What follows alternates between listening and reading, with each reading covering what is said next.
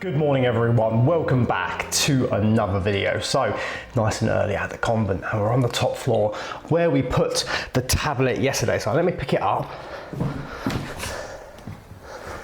I hope it's worked just because I don't really know how to use the app or this tablet. Okay, it's recording, stopped. Okay. Tip to see reports history, sharing your friends. So okay, so there was 1604, which was yesterday when we were talking. Hit monitor, patient, and that's when we were talking. And then there's 1943, which is... I was long gone before then. There's a bang. Let me turn the volume up. Where's that? Okay, there was a weird noise there. And then here. Okay, there's another bang as well. It's exactly the same sort of sound pattern at 5 minutes to 9. Ooh. Okay. And then I came to check on it this morning. And then 8:33. That's Layla. That's the dog. And then now. dark, mysterious. Good morning, everyone. Welcome back to another video. Another video. Okay, so we've got two interesting recordings. A bang. And then this at the end. And then another bang at 9. That's interesting. Let me just play that again.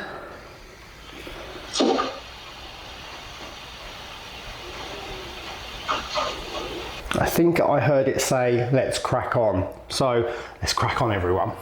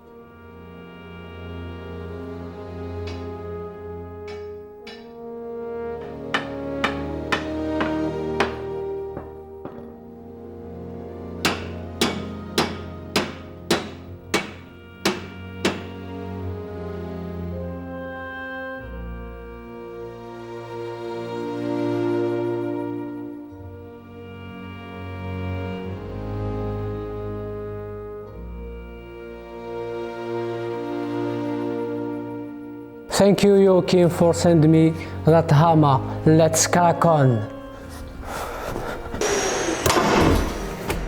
On the other side. Yeah.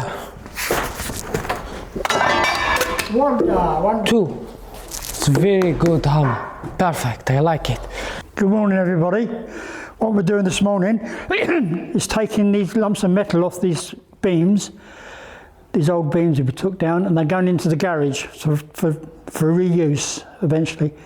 But we're having trouble getting these bars off. These they welded them on there to strengthen the beam years ago.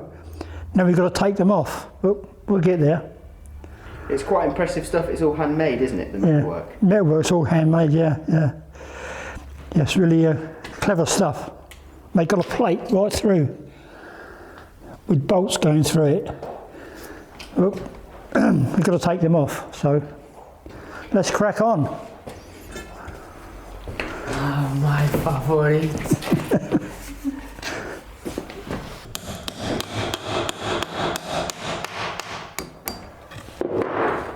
Another one. So I'm actually screwing the stud work into the substrate, the concrete floor below. So it's going through this flooring and then into the concrete about that deep, and I'm putting these raw plugs in. This is how we've actually been fitting the stud work to the wall as well. we drill a hole with that Festool hole maker, and then we put a screw in, tap the raw plug in like that. I put 2 raw plugs and screw it down. That's it. And that's never going anywhere now. So it's not just fixed to the floor, it's fixed to the floor below as well. And in 100 years or more, when they pull up this floor, they realise that I've put loads of holes in the old original floor, which they won't be happy about. Right, let's make another hole.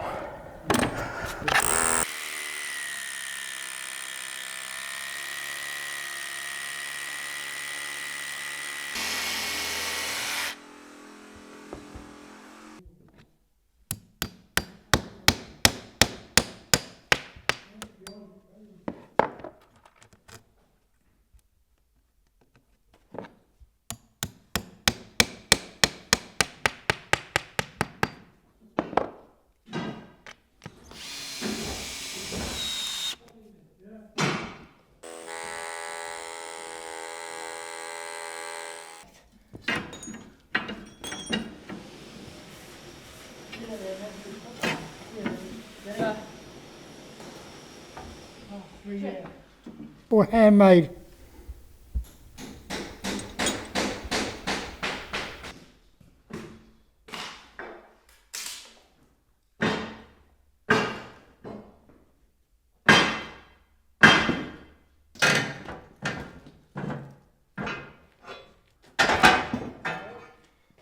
So what they've done on this beam, even though there's no cracks on this section, they've still added this.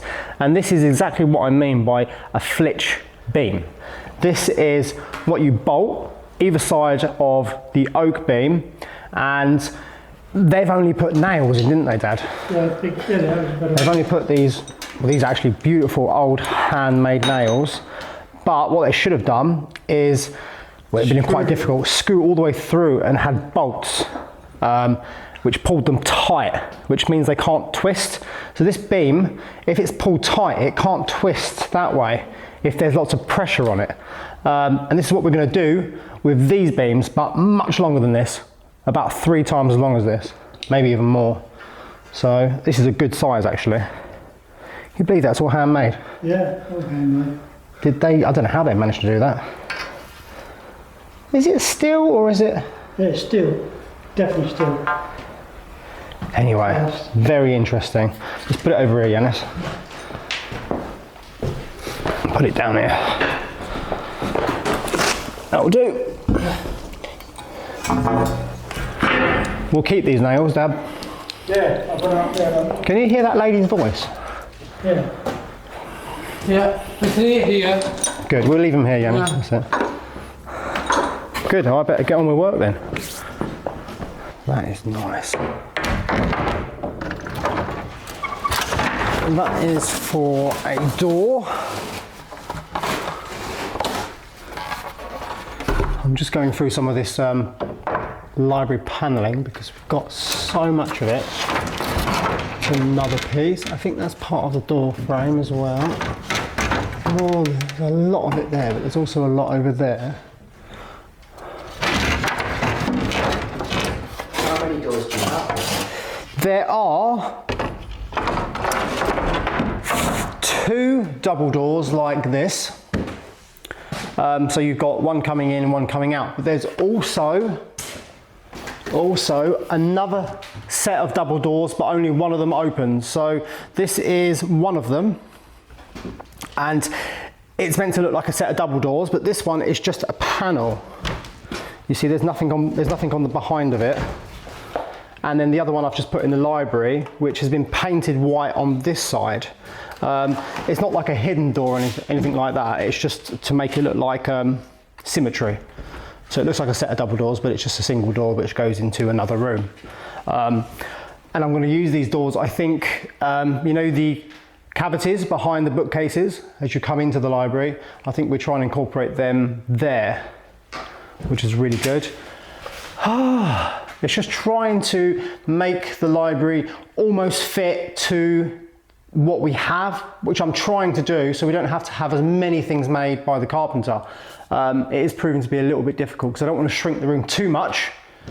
But what people don't realise is, even though it's looking a lot smaller than it was, it's still probably 3 times bigger than a normal house, just that one library. So imagine a terrace house in the UK, for example. That library is well over twice as big. And, you know, it's going to be enormous. But it also needs to feel cozy. I don't want a huge, massive, like the kitchen, for example, it's massive, it's huge. And you walk in and it's vast. And there is a charm to it, but it's not the same. It's like this room we're in now. This is the same size as the kitchen, almost.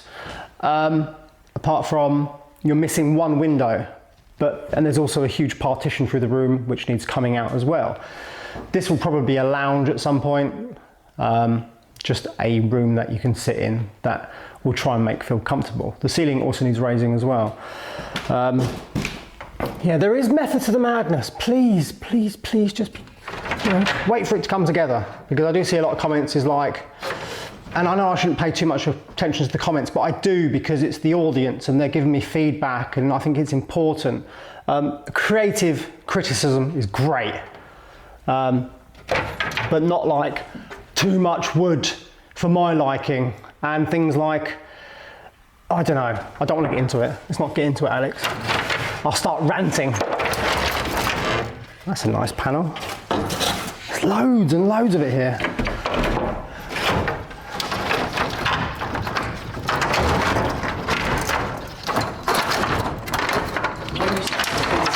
Gilded. Is that Gilded? gilded? Guilt-tripped? Guilt-tripped. No, gilded, yeah. Is it painted or? No, so you have a binder, which could be water on gesso, which activates the plaster. That's one method. Or you have Japan gold, which is like almost like a glue, but it's natural, and you apply that. You let it go a little bit tacky first, and then you apply the gold leaf, and then you let that set. You just dab it on, and then only where you apply the binder or glue or water is where the gold will actually stick. So it's quite good. And this, there was a lot of methods. There's also gold shell. So they get gold leaf, they mix it up with like gum arabic and things like that, and some other binding agents, mix it up really well. It's quite hard to separate gold leaf, and that turns it into a gold paint. That's also another method. There is a few of them. It all depends on when it was done. So say for instance a statue, 18th century statue, 17th century statue of Jesus we have there, or Christ even, that was gessoed. So it's a very thin layer of plaster of such, it's not exactly plaster, and then they apply the gold, and that gets drawn in by the moisture as it dries. So yeah, that's 17th century, that is. That's what Ed got in auction in Bordeaux. We'll have to put that probably in the chapel. Yeah, this is what I was looking for, beading. Still with the nails in. So let's go and see if that fits over one of these panels. We've got a lot of this.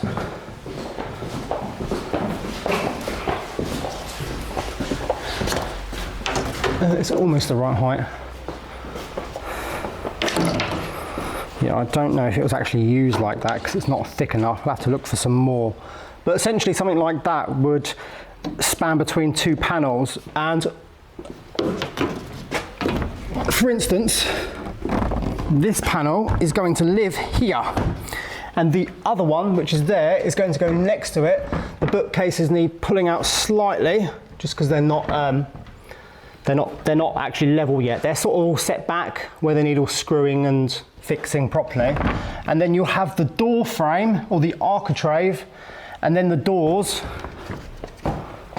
and then exactly the same again. So we use the other panel which is there, like that goes there, door frame, that bookcase, and then another panel, and then to the wall. And then we have to find obviously the beading which goes there, because you can see that there was something tacked here and something tacked here to span the gap. But yeah, I'm going to try and use as much as we have. but I'm not shrinking it too much. The room's already massive. I don't want to make it look like a chateau or anything like that. I still want it to have its own personal touch, and I don't want it to look like it's always been here. I want it to make it look like it's been added.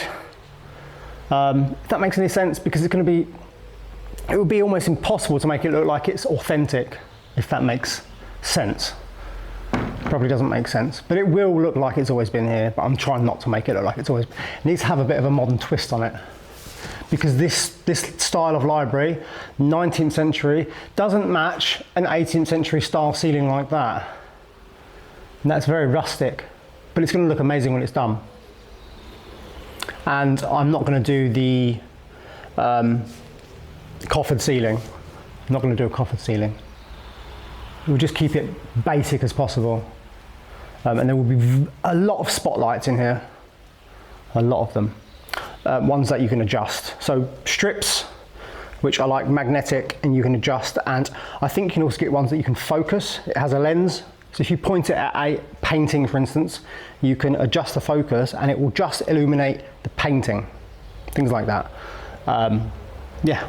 I think it's lunchtime now. I've actually done quite a lot this morning, so I've almost completed this whole section, and what I'm going to do now after lunch is start that section. I want to get the header plate in, and I want to offer the doors up just to make sure they do fit, because I can also make some minor adjustments if necessary. This has to be raised, that's fine. Yeah, and then start the stud work over there and vice versa. So lunch, carry on cracking on. Okay.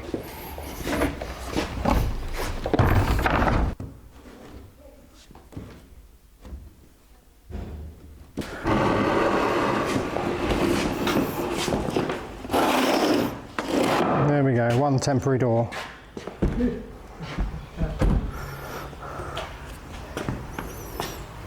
It's done, we can go home now. Library's finished. Oh. So obviously Paddy's going to have to make a door frame. We have a lot of the components, but we don't have the solid piece with the hinges. They've obviously disappeared. Yeah, we've allowed quite a few centimetres either side. So when I fix this door in a minute, there's going to be a big gap, a biggish gap.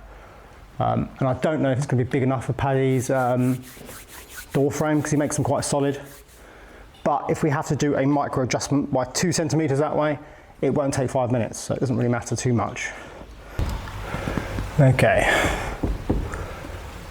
Obviously these aren't very square yet, and the frame will go in and things like that.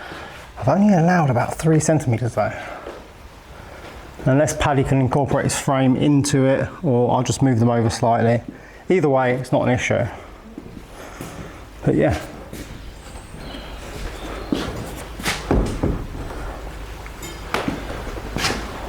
Nice. Sort of. They're a bit wonky.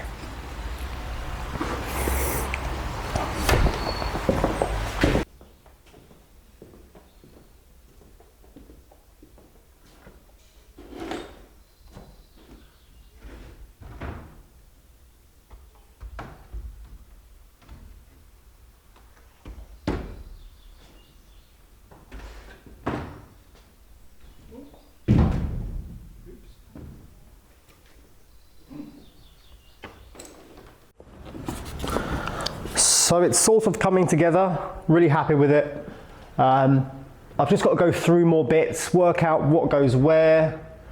I need Paddy to tell me if the door frame is okay, because he's going to have to fabricate one. These panels actually fit perfectly. And at some point someone's added a piece of oak there. So we can also remove them if necessary, but I think they'll be fine. Above, I haven't put no noggins yet.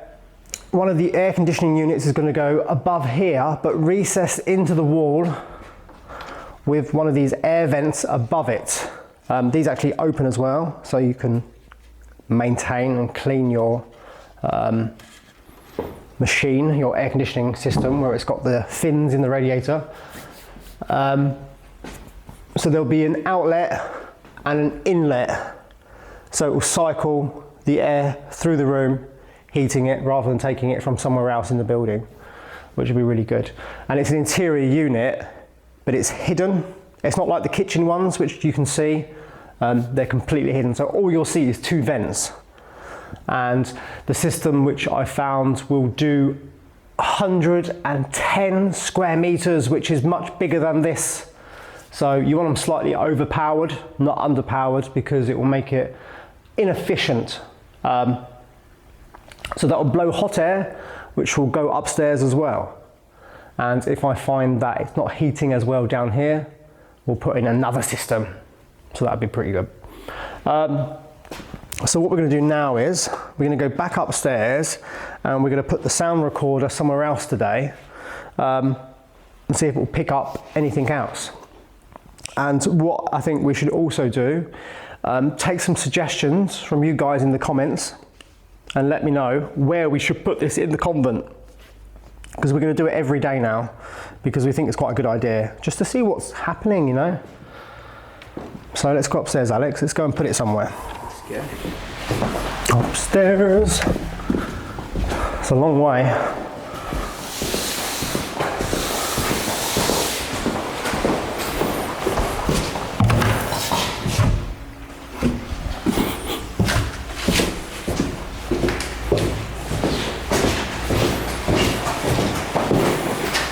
So today I'm going to put this at the top of the stairs, because that's where I generally hear the most noises, things like that, creaking, tapping, doors slamming, things like that. So I think it's probably the best place. Also, there used to be a window here which is blocked up the other side. In fact, it's bricked up. So when we do the renovations for this staircase, we could have a window here again. And also on the other bit above, there's also another window that's been blocked up. So that might be a good idea.